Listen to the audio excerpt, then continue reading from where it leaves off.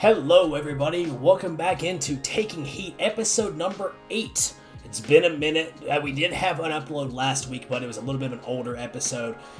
In case you missed it, there were some situations. I had some issues exporting the audio, as well as I actually ended up catching COVID-19 over the past week. So, we had to take a little bit of a break, a little bit of a hiatus here, but we are back. Trevor Tidwell has joined us. He's no longer a special guest because he's joined us again. So, it is myself, Cameron Woolwine in the top left, Trevor Tidwell in the bottom left, and Logan Porter in the bottom right.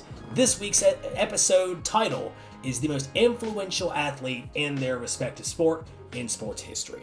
Which athletes, did the most for their sport, advanced it towards what we see it as now, and what athlete just did the most for their sport in general. So, as always, if you like what you hear, be sure to check us out both on the YouTube channel if you're watching there, Nugget Station 21, or you can check us out on Spotify at Taking Heat. Be sure to check those out. Subscribe to the YouTube channel, follow the podcast, like the video, self-promotion stuff, all that good stuff. So, as I bring in the rest of my panelists here, nice night here, August 17th on a Wednesday is when we're recording this. How y'all doing tonight? Feeling good on a Wednesday. Feeling good, trying to, this weather came out of nowhere, so, well, I say out of nowhere, it's been raining all week. I hate it. The weather's been pretty bad recently, but one good thing is that preseason football is finally here, so we get to watch our favorite teams, and, I've been talking about it, but football season's coming up. We should all be excited for that. I want to bring this up real quick since we've talked about refereeing in the past. We've specifically talked about baseball refereeing. I saw another incident with Angel Hernandez. The man, the myth, the legend. Yeah. It was actually another video that was captured on one of John Boy's recent videos. So I thought that was interesting and topical. Yeah, Angel Hernandez is the big name, one of the current MLB umpires who notoriously gets some bad calls. I'll go ahead and say, just as a little bit of a plug here, if you haven't checked out John Boy's YouTube channel, John Boy Media, he is a great source of baseball knowledge. Be sure to go check him out. And yeah, Angel Hernandez, notoriously one of, if not the worst umpire in Major League Baseball. I think he's claimed that title ever since Joe West retired. But Angel Hernandez, by far, the biggest name in umpiring. And they always say, if they know your name as an umpire and it's not like Ed Hockey for your giant biceps, it is a bad thing. And that's exactly what it is for Angel Hernandez. But with that being said, we're going to go ahead and hop right into the show. Once again, be sure to check us out on Spotify and YouTube. Also, a heads up for YouTube viewers. I normally have my webcam up. It's giving me issues this week. I'm not going to have it, so I am in the top right.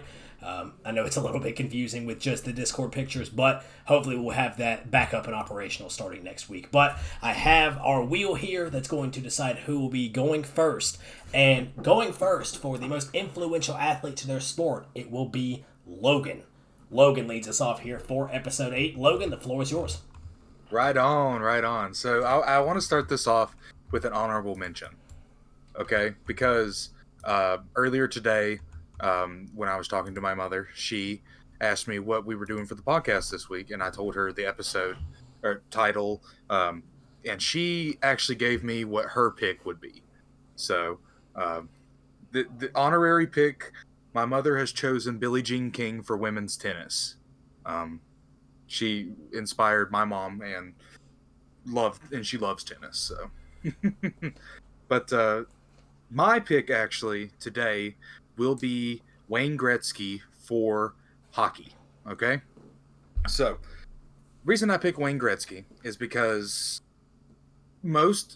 even the most casual of sports fans, if they know what hockey is, they've probably heard of Wayne Gretzky. Before I even knew anything about hockey, I didn't even know how much time periods were. I didn't know anything about how many players were on the ice at a time. I knew who Wayne Gretzky was. It was just a name that's synonymous with hockey. Give you a bit about Wayne Gretzky himself. He played for 20 seasons from 1978 to 1999. In those 20 seasons, 9 of them he was awarded the MVP. When he was something interesting that I didn't know actually, when he retired, he held or shared 61 NHL records, and as of this previous season, he still holds or shares 59 of those records. He lost 3 of them, and he actually gained a new one in the mid 2000s. Yeah. So that's crazy to think about. um, uh, some of his accomplishments. He's the only player to ever reach 2,000 career points, and it's over 3,000 if you include the playoffs. His total career points in the regular season is 2,857. That is goals scored plus assists, which means that that's just a crazy amount. The person in second place has 1,921. That's almost 1,000 less points than Wayne Gretzky has in his entire career. And with that being said, Wayne Gretzky actually has more career assists than any other player has points in the entirety of the NHL. So that's crazy to think about. How often does that happen in any other sport? And then some other things about him. He's a 10-time scoring champion. So out of 20 seasons, half of them he was the scoring champion. 4-time Stanley Cup champion. And for 15 years he was in NHL either all first team or all second team. So just a lot of greatness coming out of Wayne Gretzky in general. When he retired in 1999, they actually waived the retirement waiting period. So usually you have to wait 3 years after you retire before you can go into the Hall of Fame. They waived it for him, and he just went straight into the Hall of Fame that year. And surprisingly, that's actually happened 10 times in hockey. But in 1999 specifically, the year he retired, he was in a Hall of Fame class all by himself, which is the only instance of that ever happening in hockey. Wayne Gretzky, when you have a nickname just as the Great One, that should tell you just a little bit of what the excellence you achieved on the ice, on the field, on the court, whatever it is you're playing on the diamond. And with Gretzky in particular, folks, if you're unfamiliar with the nitty-gritty of his stats, imagine Wilt Chamberlain, but better when it comes to a statistical wonder like he is. I mean, like you said, over 60 individual records when he retired, and records that he still hangs on to. And the other thing that's a little bit different, don't get me wrong, I will still say that the level of talent in hockey wasn't quite what it is now, but still, hockey is a little bit different compared to, again, that's the biggest argument that people give against Wilt Chamberlain and his records is, yes, they were astounding. 100 points in a game, that's unbelievable, especially in a time before a three-point line. It's just something that's absurd. But the level of talent that Wilt Chamberlain was facing do not stack up to even those that played against like Magic Johnson, Larry Bird, Michael Jordan, all of them. Not even mentioning the talent that's in the NBA today. Wayne Gretzky played in an era where talent, it's still better today, but it's really not by that much. It's not an unbelievable margin. So Wayne Gretzky is one of those athletes that you could plug into any situation, any team in today, and he would still probably dominate. Just goes to show you how good of a player he is. And like you said, one of the more influential figures in the sense that people who have no idea, for the longest time, I know a little bit about hockey now, but whenever I was a kid, I had no idea what hockey was. I knew two players in hockey, and that was Wayne Gretzky and Sidney Crosby.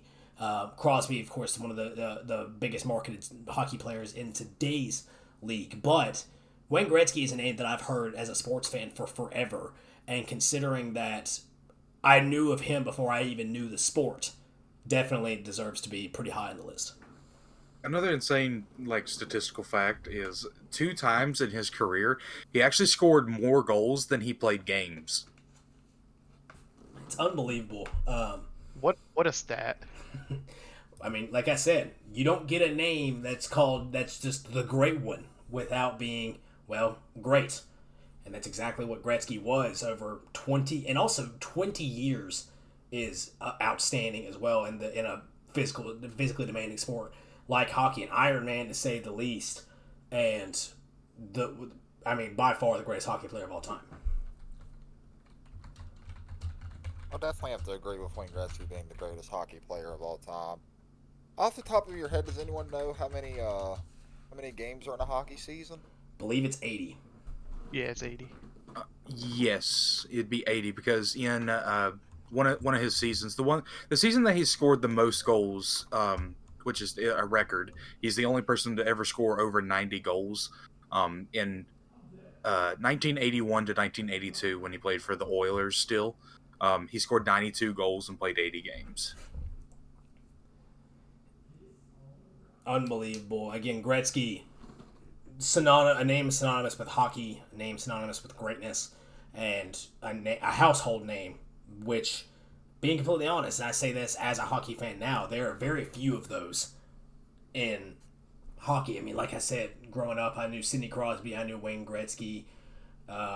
I used to play an NHL game back in the day, so I knew a couple of Red Wings players, but I did not know any of the legends. I did not know Mario Lemieux, all other legends like that until I started getting into hockey, or at least getting more well versed into sports. But Wayne Gretzky, you hear about him from the beginning, so really good choice there. Lemieux was also one of those 10 that they waived the Hall of Fame waiting time for. Anybody else with any other objections or questions? No, I think it's a good pick to start off on, though, to be honest. I do have one question. Yeah, what's up? When did you say his 20 seasons were? When did he play? He played from 1978 until 1999. Okay, thank you.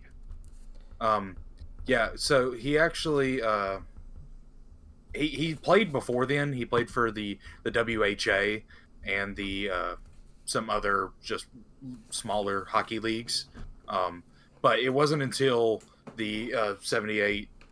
Well, actually, I guess it would have been the 79-80 season because he was drafted in 78, I believe. That he was actually in the NHL playing for the Oilers.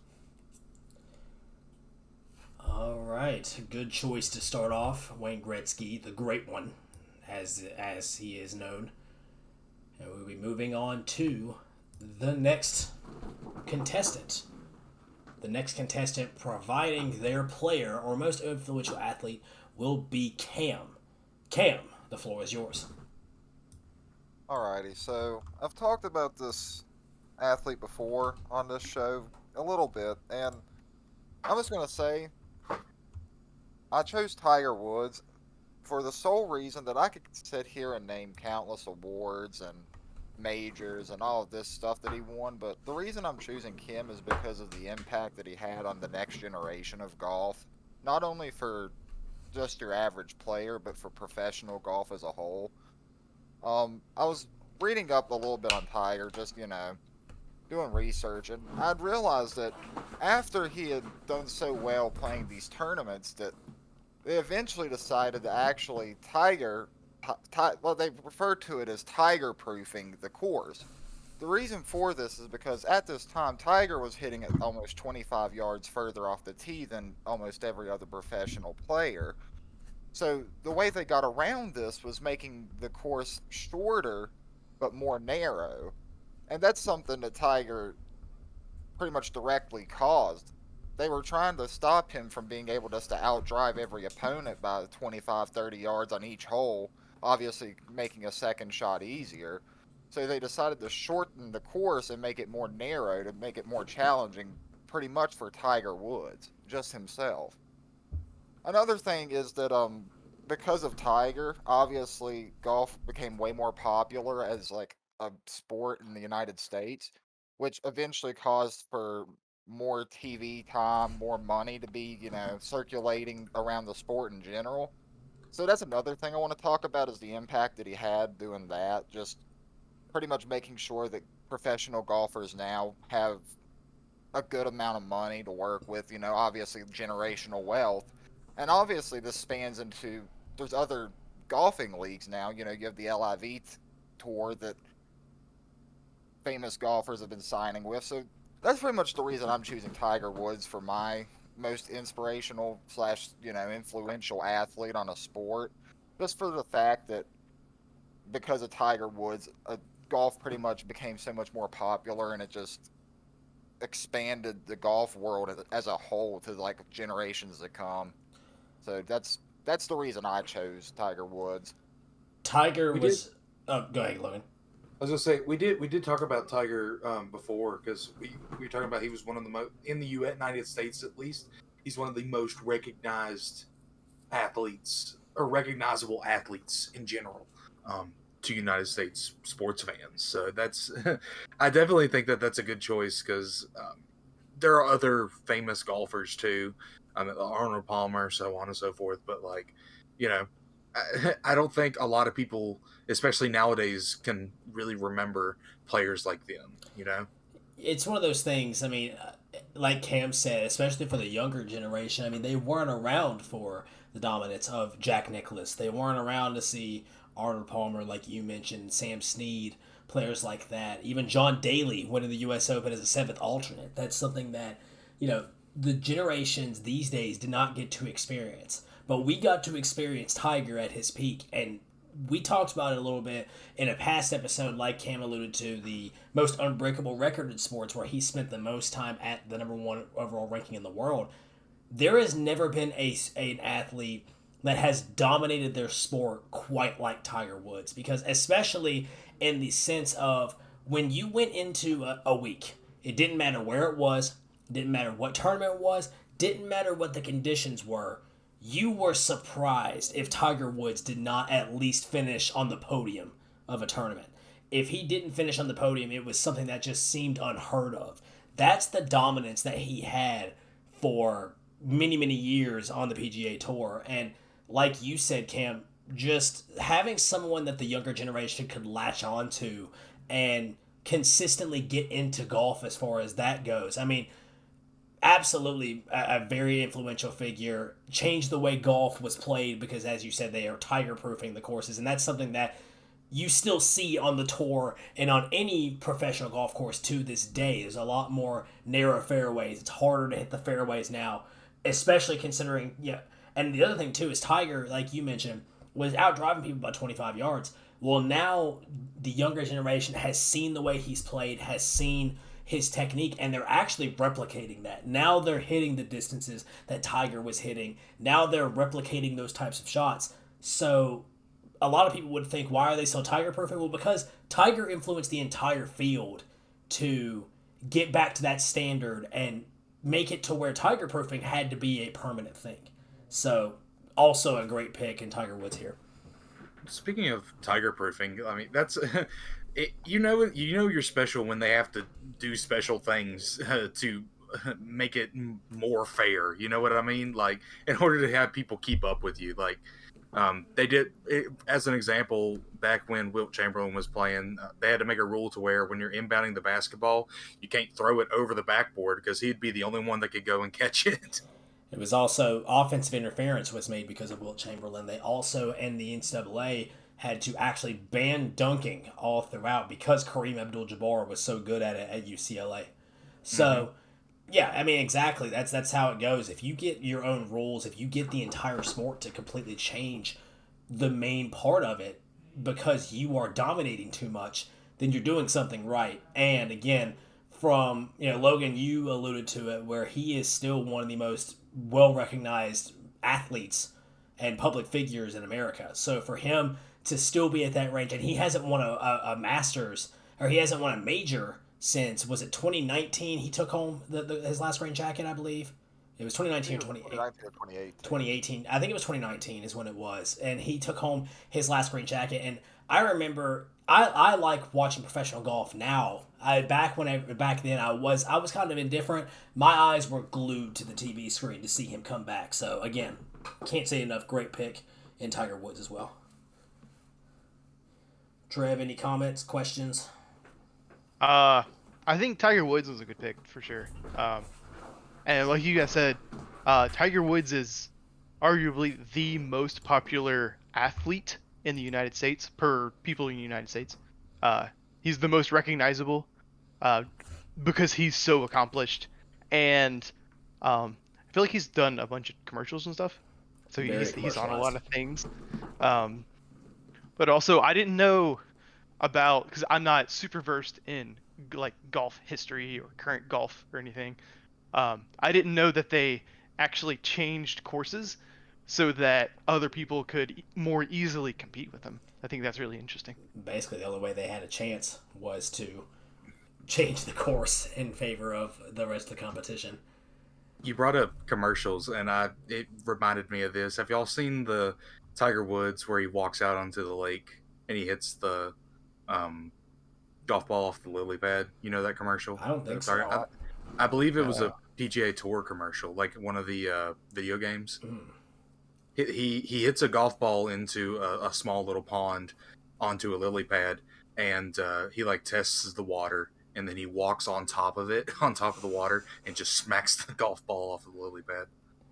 Tiger's actually going to be on the cover of 2K23, the golf game. It's coming out here soon as well. Coming back. And again, also, I'm going to add another point for you, Cam. When you have the entirety of the golfing video game market cornered with your name on it, Tiger Woods PGA Tour, for, 20 years almost, if not more, then you know you're doing something right there, too. I was gonna say Tiger Woods and his brand as a whole is it's honestly almost comparable to Michael Jordan's brand. Not as big, obviously, but in the golf world, it's the Michael Jordan of golf. Big partnership with Nike and the Sunday Red is something that will be remembered for all of eternity, really. All right, so if we have no more objections or comments or questions, we'll go ahead and spin the wheel for who will be going next. The person presenting their athlete will be myself. So, Trev, you'll have to hold tight, and you will be, certainly not. You certainly. What? I'm struggling with my words right now. Trev's gonna have to go last again. There you go. That is totally fine. That's how you do it. Not saving the worst for last, saving the best for last. That's what I'm trying to say, anyways. Now that I've gotten that out of the way, we'll go ahead and move on to my pick. So I've talked about this a little bit in episodes past. I think that there are times to where we establish themes in this podcast where, in episodes past, I've been more so leaning towards baseball. Logan leans towards really variety of things and actually brings a lot of things to the table that don't really come to mind at first, and that's always really interesting. Cam, you've actually been taking on a little bit of the golf persona there. And Trev, you've kind of replaced me you're going to end up kind of replacing me as the baseball guy, I think, as we go on. But I'm actually breaking away from that mold a little bit here. I'm going to focus on NBA. You can probably tell by my profile picture in the top right corner, I'm a huge NBA fan. Of course, the Denver Nuggets are my favorite team, and when they win a championship, I might lose my mind. But if that ever happens. But the player I'm choosing today is actually someone in the modern NBA. I thought about this a lot. I thought about going with guys like Allen Iverson, who, when I'm focusing more so on the influence of what they did to change the way we see the league, not so much about their performance. I thought about picking Allen Iverson because he was the guy who kind of brought hip-hop culture into the NBA. A lot of times, you go back and you watch, it's a completely different league. Now Allen Iverson, he's coming in with his do-rags and his chains and just bringing this swagger to the league that we hadn't seen before, and it's caused a lot of players to follow suit. I also thought about Vince Carter. Vince Carter was just very huge when it comes to an influence in basketball in Canada. I mean, you think now about all the Canadian-born players that are huge in the NBA. I mean, you think of guys like Andrew Wiggins, who just won an NBA championship, Jamal Murray for the Denver Nuggets, those types of guys. And Toronto, of course, is a contending team every single year, and you can really thank Vince Carter for that. Thought about guys again like Kareem Abdul-Jabbar, who influenced rules in college, but none of those matter to me because the guy I'm picking again is in the modern NBA, and I'm going with Stephen Curry. The stereotype with him and the marketing ploy that he used with Under Armour was that he ruined the game. Hashtag ruin the game, things like that. And it's true. I think that Steph, when you're talking about purely from how a player plays, completely changed the way that NBA basketball is played and will be played for forever. For the longest time, obviously you wanted to lay it, but one of the most common shots in basketball was the mid-range pull-up. Michael Jordan was the pioneer of that. He was the main guy, dribble, hesitation, crossover, hesitation, pull-up at mid-range, and it was perfect every time. You got guys like, and today, that's very, very rare. DeMar DeRozan is one of the few guys that consistently uses the mid-range to his advantage. You still have stars that do it every once in a while. Like LeBron James will post up and shoot from mid-range, but it's very rarely used, and there's a reason for that. I want to go ahead and say this, of course, if you're unfamiliar with Stephen Curry, then you're just not a sports fan at this point. But Steph was drafted in 2009, 7th overall. Cover your ears, Timberwolves fans, as the Timberwolves took Ricky Rubio and Johnny Flynn 5th and 6th, and then Steph went at 7 to Golden State. One of the biggest blunders in draft history. Every season since he's been in the league in 2009.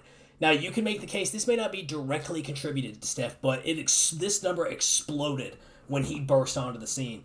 Every season since he's been in the league, teams have started taking more threes on average every single year. This past season, there were 5 teams that attempted over 3,000 three-pointers in a season. It's something that's unheard of, and it directly correlates, or the data seems to correlate. When Steph made this ascension back in 2014 was the first time that he really made his name, ended up making a little bit of a postseason run, got knocked out in the second round by the Spurs. But next season they go on, they beat the shorthanded Cavaliers, they win it all. Steph wins an MVP. Steph ends up being the only unanimous MVP ever in 2016. And I'm giving you a lot of stats here, and there's a reason for this. Steph has 6, and this is something that I did. I was actually doing some research and I did not realize. Steph has 6 of the top 9 seasons for total threes in NBA history, including the number 1 back in that unanimous MVP season, which he made 402 threes in a season, which is still a record, by the way. Again, 6 out of the top 9 performances. The only other players that have 3 or have those 3 are Paul George with 1 and James Harden with 2. And James Harden shot way more threes than Stephen Curry did. Of course, he's the all-time leader, 2,973 threes right now. That number is going to continue growing as he gets a little bit older in his career. He has 10 total games with 11 threes, which is astounding. 1 game with 12 and 1 game with 13, which was the record until Klay Thompson broke it against the Bulls back in 2019. That was a lot of stats. That was a lot of numbers I just threw at y'all. But the reason I did that was because the NBA, again, how often do you see a mid-range shot anymore? At the end of the day, it's a shot inside or it's a three-pointer. And you have teams that follow the philosophy in the NBA. Think back to the Houston Rockets. Live by the 3, die by the 3. Because analytics say if you shoot well enough, the percentage that you make does not drop off enough from a long 2 to a three-pointer. And realistically, 3 is worth more than 2. If you're making a lot of threes, you're going to be hard to beat. Go back. I challenge anybody to go, and this is something that directly changes every level of basketball. From rec league basketball all the way up to the pros. I've been giving you professional stats as far as how much three-pointers have increased. But watch any game at any level and think about how many more threes are taken now compared to when it was back in the early 2000s and before that. Again, when you're talking about it in the early 2000s, your main three-point shooter was really Ray Allen. You had guys like Peja Stojakovic. You didn't have these big names, but now it's almost required that a player has to be able to have some sort of reliable jumper in order to succeed in this NBA because of the way Stephen Curry has changed the game. It also taught guys you don't have to be the 6'8", 6'9" athletic freak that LeBron James is, the absolute freak of nature that Giannis Antetokounmpo is, in order to play well in basketball. Steph, it's funny because Steph is taller than people give him credit. He's 6'3", so he's still pretty tall. But compared to other NBA players, he's tiny. He's not nearly the size, and yet because of his quickness, because of his pure shooting ability, he finds ways to dominate. And I can say, being a kid watching him run around doing that stuff at Davidson, it's one of those things to where you look at it and you say, there's actually hope for for smaller guys in basketball, and it's actually inspired a lot more people to go and learn the 3-point shot and pick up some sort of reliable jump shot that you can think of. Think about how many stretch fours and shooting big men that we have in the league today. The big names, Joel Embiid, Nikola Jokic, Karl Anthony Towns, the big offensive bigs all have 3-point jumpers. That's not something that happened. Shaquille O'Neal made, I believe it was 2 3-point shots in his entire career. So knowing what Steph has done, again, there are better NBA players as far as achievements and statistics go, but when you're talking about someone who changed the game and completely influenced how a game is played in this day and age, look no further than Stephen Curry, because the entire state of the league, the inside shot or 3-point shot, can be directly attributed to Steph Curry's ascension in the NBA. So I looked up something because I was curious, right? So we were talking about how, three, from a math standpoint, is bigger than 2, right? So if we were to think, if 3 is bigger than 2 and we're taking more 3-point shots, you would think that there'd be more points scored in your average NBA game. And I started thinking back, and I was like, maybe that is true. I think I have been seeing higher scoring totals than it used to be, but that's actually not the case.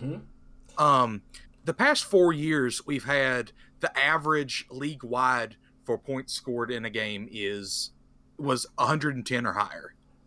And I was like, oh, wow, okay, so it actually has been going up since about around that 2009 era, because 2009, the average was 99.6. But that's actually not the case, because in the 80s, from 1983 until 1986, it was the same thing. That's 3 straight years of 110 or more. And then, if you go even further back, from 1959 all the way until 1972, yet again, the league average was 110 or more. So I thought that was interesting to add on to the fact that, the game has changed, but there are things that stay the same. So I thought that was interesting. And I want to point out, too, those years, you said it was 1983 to 1986 was the other one? Yes. I want to go ahead and mention, doesn't it seem strange that these times are directly correlated to people with big moments, with big ascensions? That 1983, that's your Michael Jordan ascension. That's when Michael Jordan started to run the league, and he ends up inflating that point total. And the other thing is, eventually, the league is good enough. These athletes are good enough. They're going to learn how to defend better. When Stephen Curry was coming into the league, my brother is a big Warriors fan, and the reason is because he was in his dorm back in 2014 watching Stephen Curry drop 54 on the New York Knicks and shimmying around as he's shooting threes from the parking lot. And it's one of those things, as a team, we had never seen that before. As a team, when a guy is stepping up and making those shots, you sit there and you think, okay, how do we stop this guy? How do we defend that? And other offensive players with similar talents will look at that and say, he's making these shots. I know I have the capability of doing that. Let's see if I can start doing that. And then you have guys like James Harden who come in. You have guys like Kawhi Leonard who ends up figuring out, and of course LeBron James. These are situations, these are moments where you look at it, and of course the 1959 to 1972, that's Bill Russell. That's Bill Russell, Wilt Chamberlain era. I mean, these are guys, it comes down to, it revolves around when players are making their ascension, and Stephen Curry, just from a 3-point standard, you're talking, these guys, they were huge. I mean, again, Michael Jordan was lethal from the mid-range. He really wasn't that great of a three. He ended up figuring out a little bit of a 3-point shot towards the end, but he was mainly known for his mid-range game. That was his bread and butter. That's what he was known for. He was very, very much similar to Kobe Bryant in that sense. But again, just from a standpoint, we went through Kareem and Wilt and Shaq even, where your big men were just these bruisers and they had to be rim protectors and everything like that. We've been through guys like Allen Iverson, Michael Jordan, Kobe Bryant, who were mid-range specialists. But even after they retired, the league itself, the way it played, wasn't changed that astronomical, aside from maybe like a Magic Johnson, who kind of broke the mold of small guys don't have to play point guard. But Stephen Curry, again, you look at the NBA, how many teams, you look back, and this one's a little bit of an anomaly because Robert Williams isn't the most reliable three-point shooter, but even your power forwards. I mean, you go and you look at Grant Williams for the Boston Celtics, who was a huge three-point shooter for them over the postseason. Al Horford's a big shooter for them as well. You think about Draymond Green, who can step up and make a three every once in a while. Go back in years past, too, you find that. I mean, Kawhi Leonard, he's a small forward, but he's played power forward in the past. Anthony Davis, a three-point shooter. You have to be able to have some sort of reliable jump shot in order to succeed in the NBA today. And again, maybe it's just my opinion, I don't know, but I feel like that's something that can be directly attributed to Stephen Curry in the way he played. He straight up changed the game. Oh, Yeah, sorry. Oh, my fault. I feel like when this is a good example, and this could be for basically any sport. When you have like one guy or two guys who are really good at what they do, that are a little different than the other people in their league. So like Steph Curry, currently best three-point shooter. Since he was able to basically outmatch everyone else and bring what he has to the table, this has not only like put him in the spotlight, and he has these records and whatnot, but it also makes, like you said, the defense step up and change their game up to defend whatever it is he's doing, which in turn makes the defensive side of the league better. And also the offensive side of the league are looking at Steph and they're like, oh, well, he's doing this and he's doing really well. I'm going to try this and switch things up.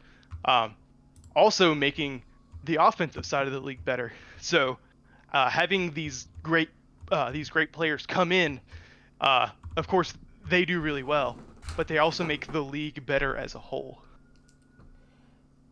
In case you were also wondering, just to know the scale of Steph Curry's greatness, I mean, I'm looking right now at the highest all-time three-point percentage leaders. And the way this works is you have to attempt a certain number of threes in order to make this list. But number one is actually his head coach, Steve Kerr, shot 45% over his NBA career.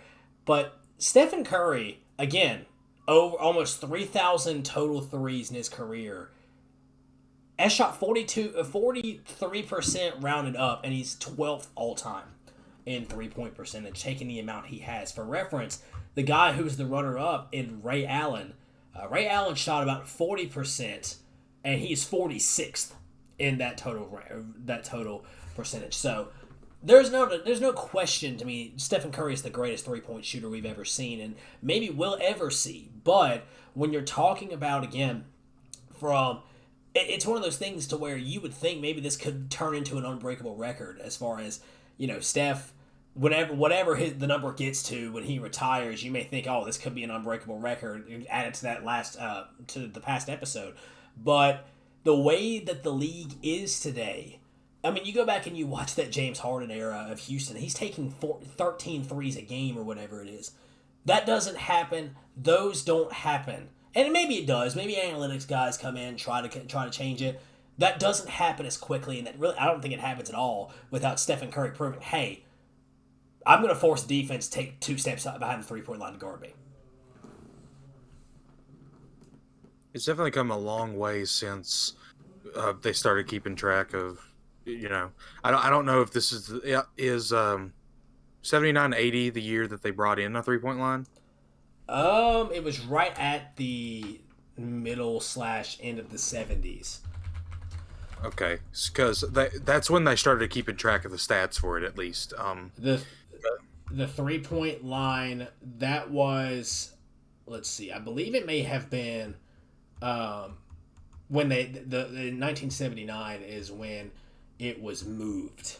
The NBA adopted the 3-point line for the 1979-80 season. So you are correct. Okay, so yeah, so it's come a long way since then because that first season, the 3-point average was 28%, and it slowly went down until you get to about the mid 80s, and then once you get to 86, it's just 30% or higher, and honestly, it's kind of just mellowed off now from about 2000 till this season. It's kind of stayed roughly that same like mid 35s 36 kind of area. And it's one of those things too. I think the main reason they brought it in was because when the NBA merged with the ABA had already had the 3-point line. And if you go back and you look at stats from that time, you learn that a lot of the best shooters when the 3-point line was first implemented were from the ABA because they were used to it. So I think it's one of those things too. And it's funny because if you go back and also look at some reports from the time, a lot of people thought it was a gimmick. They thought it wasn't. What's the point of the 3-point line? We don't shoot from out there anyways. Now it's the main point of attack for some teams, especially Golden State. And we know about the dynasty Golden State has had over the past decade at this point. So, again, Stephen Curry, I think, as much as it is, a lot of people say, oh, you don't, the people say like the ruin the game stuff gets old. But the truth is, Stephen Curry completely changed the game and how we will continue to play the game because the 3-point shot is such a routinely used weapon in the NBA today. Cam, I know you were about to say something earlier. I don't know if you still had that thought or not. Oh, I was just going to add on to say that Steph Curry has like a direct correlation to teams not wanting to play a traditional big man anymore because obviously like the Warriors don't play a traditional big man because they run Draymond at center. So I think that Steph Curry is going to have a direct correlation on teams choosing to play smaller ball, as it's referred to, smaller players on the court.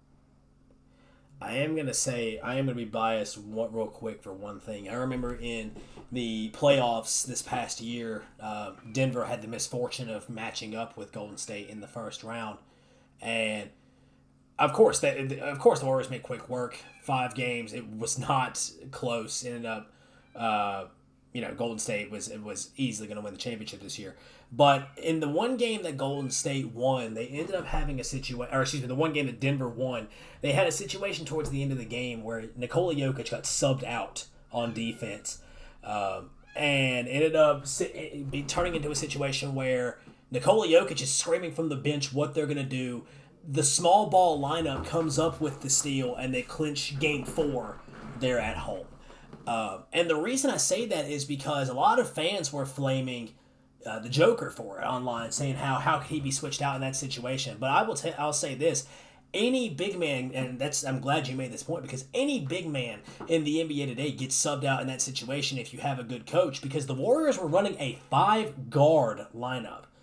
Not even a 5-guard, because if I'm not mistaken, at this point, Draymond Green had fouled out of the game. So a 5-guard lineup. There's not a center in the league besides maybe Bam Adebayo who can step up and guard a smaller player because he's not quite the size of a big man. So like you said, not playing a traditional big, something that not only Steph and the Warriors themselves can definitely be the main cause of that as well.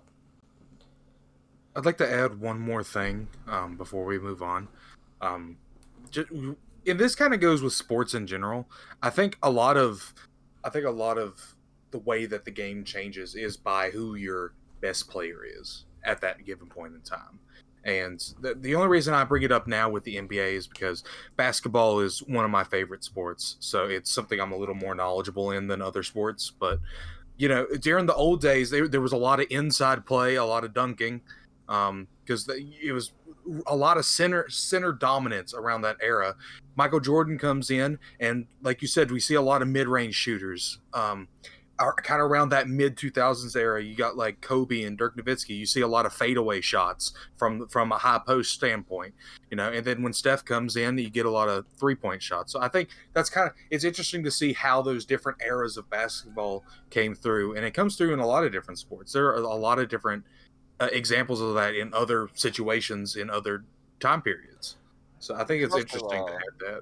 You could also add in like the dunking era with like, Dr. J and like Clyde Drexler, like the high flying, crazy dunks, that sort of thing. Right. It became more like it became Thought after. smaller. Like honestly, is what it really was, because it was previously your 7-foot guys or your 6'9" guys, and then Clyde Drexler, who I believe is 6'6", 6'5", something like that, playing at shooting guard, comes in and is just like dunking with his knees on his back or whatever he was doing. It's like now you have point guards like John Morant, Russell Westbrook, De'Aaron Fox, the more athletic, slashing type point guards. It's just wild how the league has changed. NBA dynamic is a league as it comes. Any other comments, questions before we move on to Trev? Go Trev. All right, Trev, I'm spinning the wheel for you just so that way you can see it on the screen, and it is all yellow, all your names. So the floor is all yours. I like my odds on that spin. All right. So, I have went for this podcast the most influential athlete in their sport. The sport I chose is NASCAR. Not something I'm super knowledgeable on. However, when I was a kid, I watched a lot of NASCAR with my parents. And I am going with Dale Earnhardt Sr. And it's probably not for the reason that you think. So Dale Earnhardt Sr. Was a stock car driver in the United States.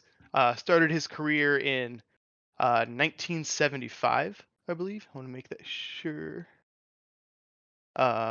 His first race in the NASCAR Cup Series was in 1975. Yeah.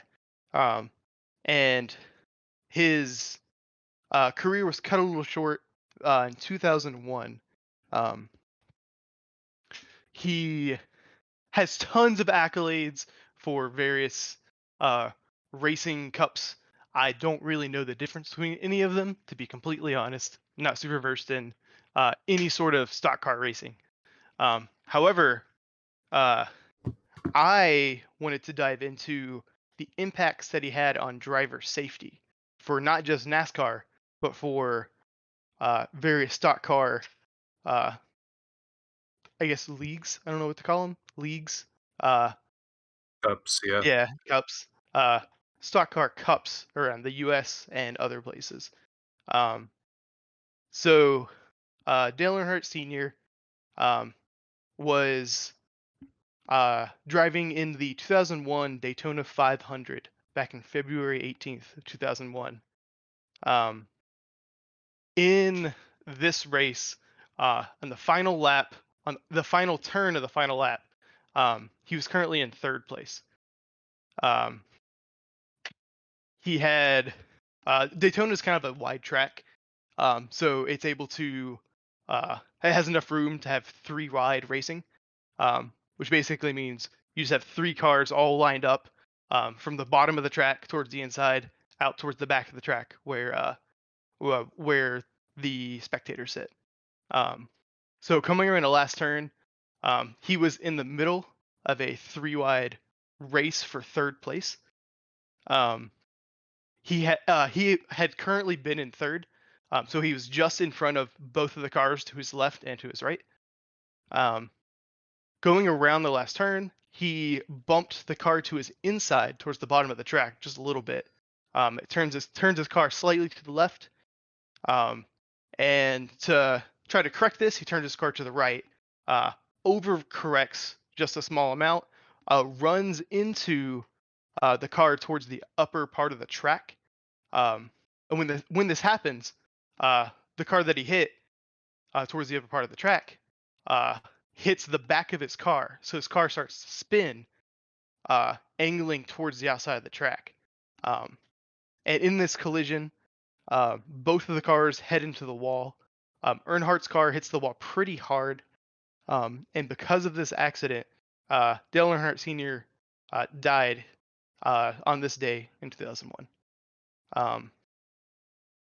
I really want to go into the safety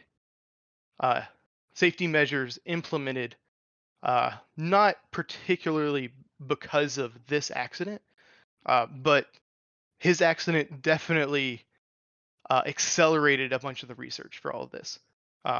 So one of the big things, I'm unsure if it was new at the time, but not a ton of drivers were using it. So it's something called a Hans device. Hans is an acronym. It's HANS, stands for Head and Neck Support Device. And basically, it's part of like the headrest of the seat that the driver is in. And it acts like it has a headrest portion itself. It has parts towards the side that actually come down and sit on like the driver's shoulders. And there's also, from the back of the headrest, there are 2 clips that come out and actually clip to both sides of the driver's helmet. And this limits the movement that the driver's head has if they're in any sort of collision. So it protects them from launching forward if they all of a sudden decelerate really quickly, or if someone hits them from behind, the headrest keeps their head in place. Or if they get if they get hit from the side, it stabilizes essentially their entire body, and this helps prevent a lot of injuries due to whiplash and such like this. In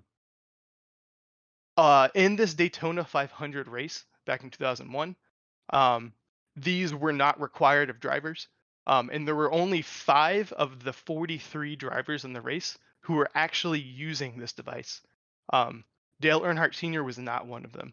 He was very much against using it. He didn't like how it felt. He felt like it really affected his driving. He did not actually have this on at the time of the crash. But a couple races later, at the Pepsi 400, same year, 2001, it went from 5 of the 43 current drivers wearing it to 41 of the 43 drivers currently wearing it. It is speculated that if Earnhardt Sr. were wearing this device, there's a pretty good chance that he would have survived this accident. And this kind of sent a lot of shock into many of the professional NASCAR drivers. And a lot of them snapped into using this device. Big on head and neck safety as well as just for the entire body. And then later that year, middle of October 17th, 2001, NASCAR actually stated that these Hans devices were mandatory for any driver racing in the top 3 NASCAR Cups. Another thing that didn't necessarily stem from Earnhardt's accident, but the research was accelerated, was the safer barriers. And safer here is another acronym, stands for Steel and Foam Energy Reduction Barriers. These had started development in 1998, and they finished development and were placed on the first NASCAR track in 2002. Basically, what these are the barriers towards the top of the track. The way that they're designed is that they can take collision and absorb a lot of the energy from them, reducing a lot of the force exerted on the car and the driver. This is another big thing that led to Earnhardt's death, was whenever he hit the wall, there was no sort of compensation in energy. So his car and his body got a lot of this energy shock. And these, like I said, were first implemented in 2002. And then by 2005, they had been placed on nearly every oval track in the United States. And these also, along with the Hans device, if both of these were implemented in that 2001 Daytona 500, there's a very good chance that Earnhardt would have survived that accident. And one thing that stemmed directly from this crash was it was dubbed at the time the car of tomorrow, and basically it was the next step for safety in NASCAR car design. Engineers at NASCAR started development this car of tomorrow, as they dubbed, as a safer car alternative to what they were currently driving. Body-wise, it looks very similar. I'm not super knowledgeable on what body is what, but these cars started development and research on these in 2001, and then they were implemented for the NASCAR Cup Series in 2007. And a lot of the research that they did for these cars was to prevent the traumatic crashes like Earnhardt had back in 2001. I want to go ahead and add on something too. Like if you go back and you watch the Earnhardt crash, which again I don't recommend just because that's not something that people would should want to reflect on. But the thing that's crazy to me was realistically, sure, and I'm not saying it wasn't. Obviously, it's a very bad crash and things like that, but it didn't look that much different compared to some other crashes back in the day, back in that time. And so it's a wonder that this, something like this didn't happen until it did. And like you said, when you lose a figure that's as influential and as big as Dale Earnhardt was for NASCAR due to something like that, the sheer amount, they've changed things that I didn't even know were possible to change in order to ensure better safety for drivers. And it's one of those things, because of Dale Earnhardt and because of the unfortunate way that he passed, but also just the athlete and the influence he had from his accolades and his history. That's what ultimately led racing to be as safe as it is today. Mm-hmm. I don't know any of the specific numbers or anything, but like you have various sports. You have tennis, you have basketball, you have baseball, and basically no matter what you do, there is a certain amount of risk to getting injured in however way. Doesn't really matter what it is. But in NASCAR, you're going hundreds of miles an hour in a giant steel box, and to me that's really scary. That's a lot of risk. And all of the safety measures that they've been able to take in the past 20 years is kind of astounding.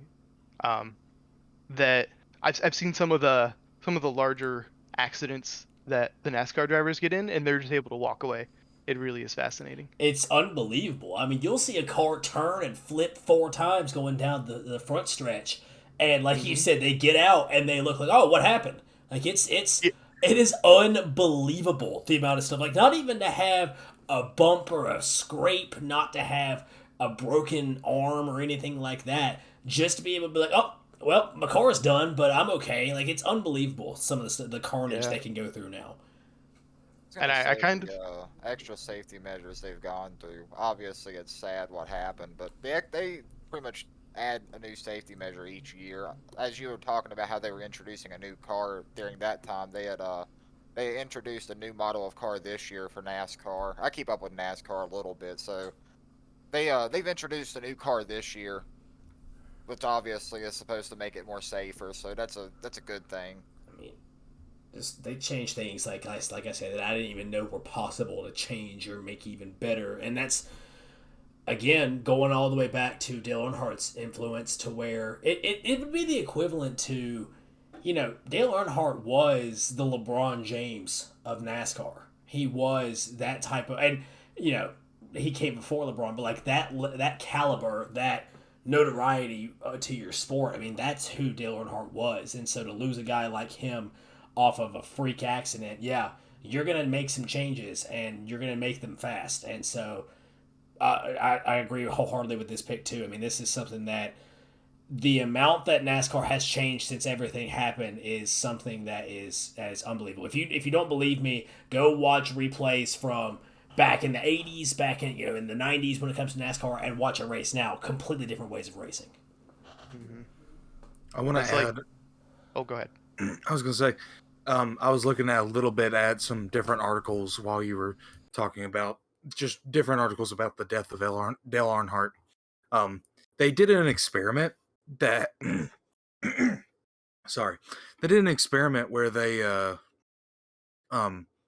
had sleds and they tried to recreate the crash with similar results, and they said that the resulting crash, the effect on the driver would have been equivalent to about anywhere from 68 to 48 G's of force, which is the force of gravity. So 1 G is just like standard gravity, and that at the lower end 48 times, if I'm not wrong, would be the equivalent of hitting a wall at 1,052 miles per hour. It's yeah. You got a physics major here. He'll figure that out. I'm unsure if that math fully tracks. So yeah, that's what 44 G's is so much force. It's crazy. That's more force than the astronauts are under whenever they launch from Earth. Yeah, it says mile per hour second and then mile per hour minute. I didn't know which one to use, so I just went with second. Not only you have a physics major and a guy who works for NASA here, so he knows all about G-force as far as that. Yeah, and you said are we talking about the movie? You said it was 46. It was anywhere from 68 to 48. That is unbelievable. Like just and something so fast too. It's just, and again, it just looks it looked routine for that time, and so for drivers to have to endure that type of thing. And now Dale Earnhardt's was obviously a freak accident, was something that was completely different, but like a lot of accidents looked very similar, so you have to think they were going under similar circumstances, but it took what happened to Earnhardt for them to finally make a change. Yeah, and there's so many safety measures currently in place. Like I said, the new barriers actually squish like a whole bunch to take a lot of the force of the accidents that hit that outside wall, as well as the cars themselves are designed to squish more so that the car itself also takes a lot more of the impact so it doesn't get transferred to the driver. It really is fascinating what they're able to do to just make this, to me, extremely dangerous sport as safe as it can be. To me, about as dangerous of a sport as you can get, really. Mm-hmm. Cam, Logan, any other comments, questions before we get to voting? I think it's definitely a situation of, a freak accident happens to one of the greatest to ever be in the sport, and everyone's like, oh, if it can happen to him, then it could definitely happen to me. It can happen to anybody. Yeah, it's definitely a good thing that they've got better safety measures now. I'm just appreciate the fact that NASCAR got brought up.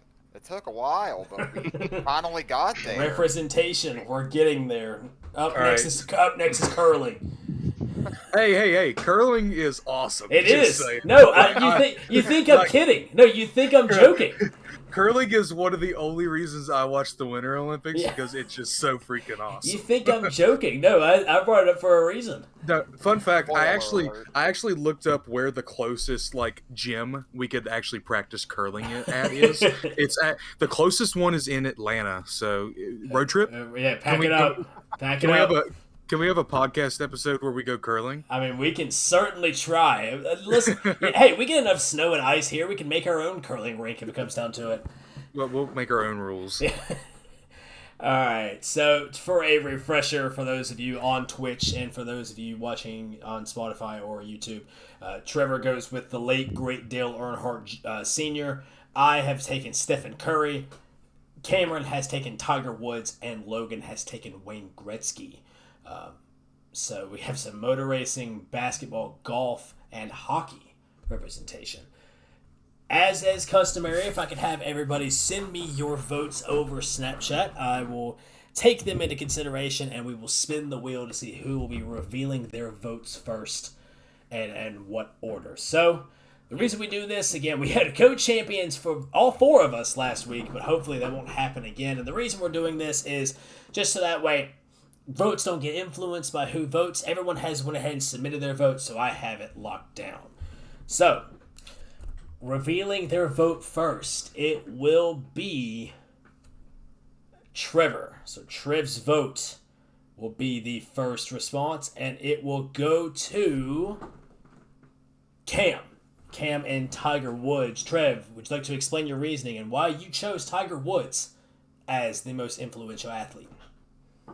Yeah, so also stuff that I learned today, because I'm not super versed in golf. The big reason that I chose Cam's argument with Tiger Woods is that Tiger Woods literally changed the golf courses. Like, they changed entire golf courses and the holes for him so others can compete against him. And I just think that's wild.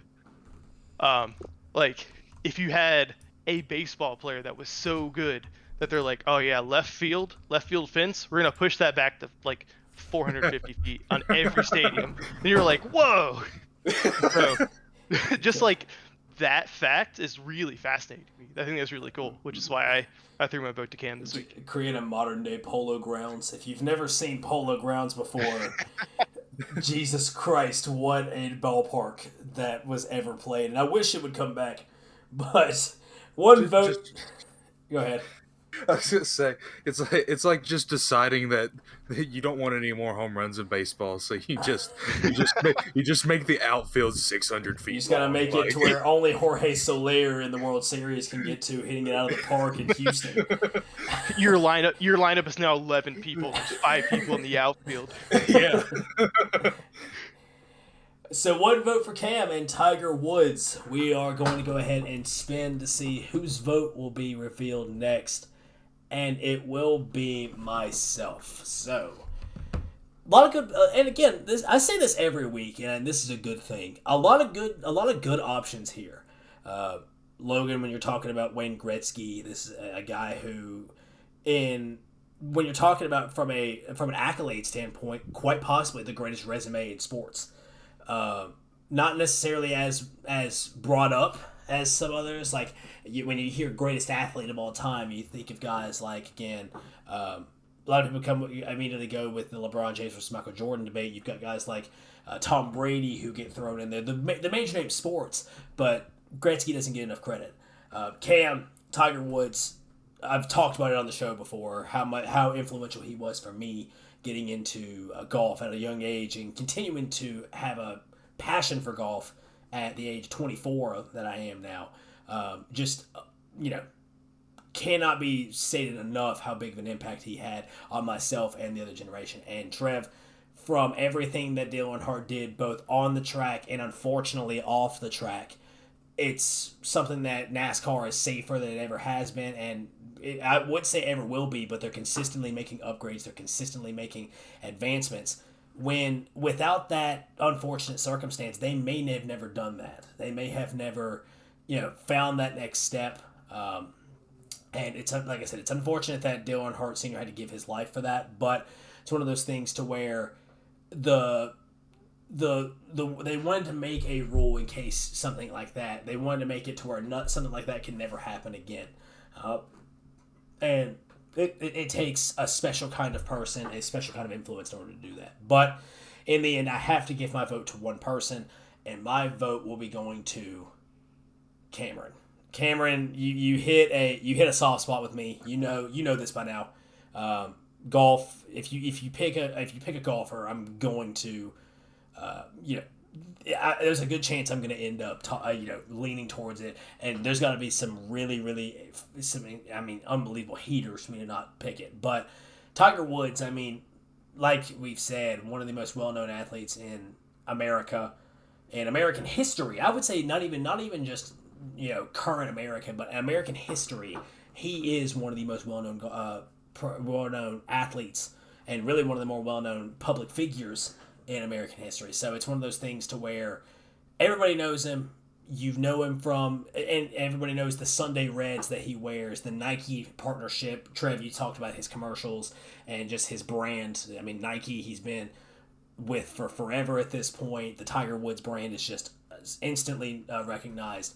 And just the level of play that he had over the years, it's something, once again, that I don't think can ever be replicated in golf, and it's something that I remember fondly looking back as a kid. So Cam with 2 votes going into the final 2 votes, and we'll see what ends up happening. Cam has at least clinched part of a championship so far, and Cam will be the one revealing his vote next. I have his vote right now, and it will go to myself and Stephen Curry. Cam, why'd you pick Steph Curry? I'll be honest with you. I completely agreed with everything you said. Steph Curry, I think, changed basketball more than almost any other basketball player when we're talking about the game itself. Obviously, there's been countless basketball players who have influenced and, done their part.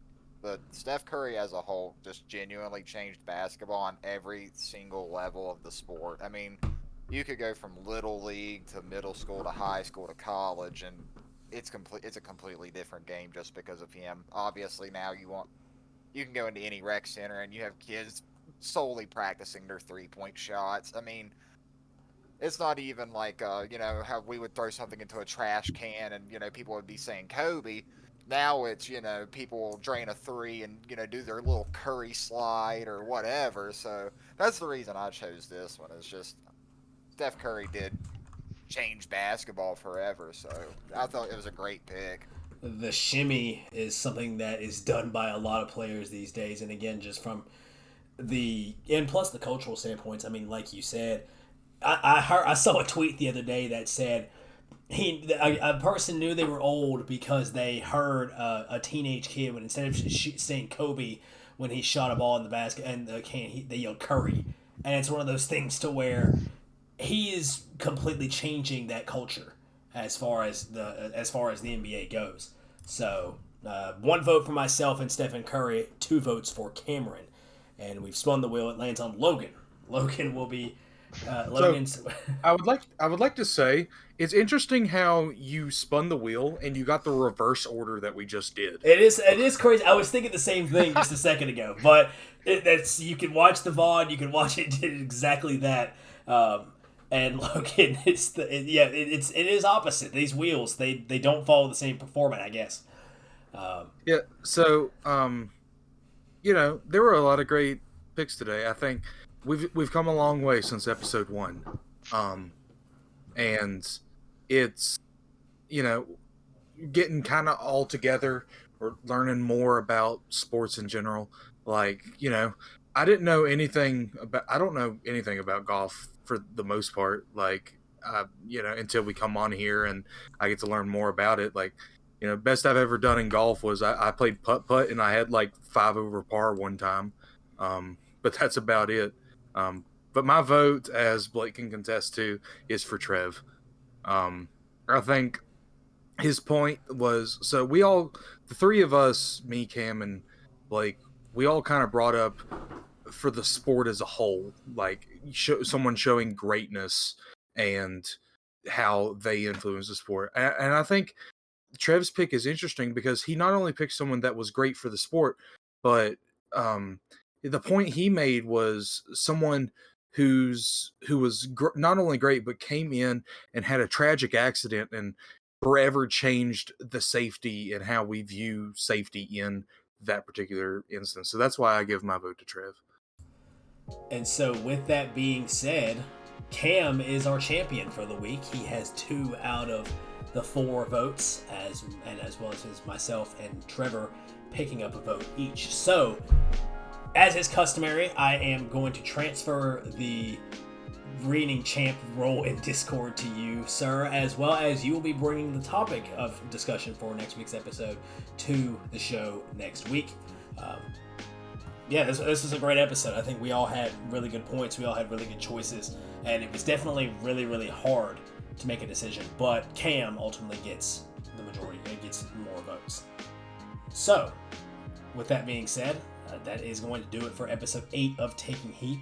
I'd like to go ahead and say thank you to everybody out there on YouTube, Spotify, or Twitch if you've stuck around to watch the live stream. And if I'm here in my apartment, I do plan on streaming these episodes in the future. So follow the Twitch channel NuggetStation21, and yeah, you'll get notified. It'll typically be Wednesday or Thursday whenever we record these things, so be sure to keep an eye out. As for Spotify and YouTube listeners, once again, we will be uploading this typically on Sunday, about Sunday morning, Monday morning, in that area, so be sure to keep an eye out for that. For those of you that are in the Wythe County area or you want to hear some broadcasting, I'm just going to go ahead and give this plug. In this week, on Friday, it'll be Royal Retreat and Fort Chiswell. The high school football in Southwest Virginia will be kicking off on 95.3 WXBX, and myself and Logan will be on the call. So if you'd like to check out some local high school football, you can do that at threeriversmedia.net or on 95.3 if you're local to the area. I just wanted to go ahead and get that out there. Be sure to check us out on Friday night. And for the rest of the cast, again, we will be back for the show next week. And whatever topic Cam brings to the table, he will be looking to defend his crown. Any last comments, questions, or anything like that before we sign off? Goodbye.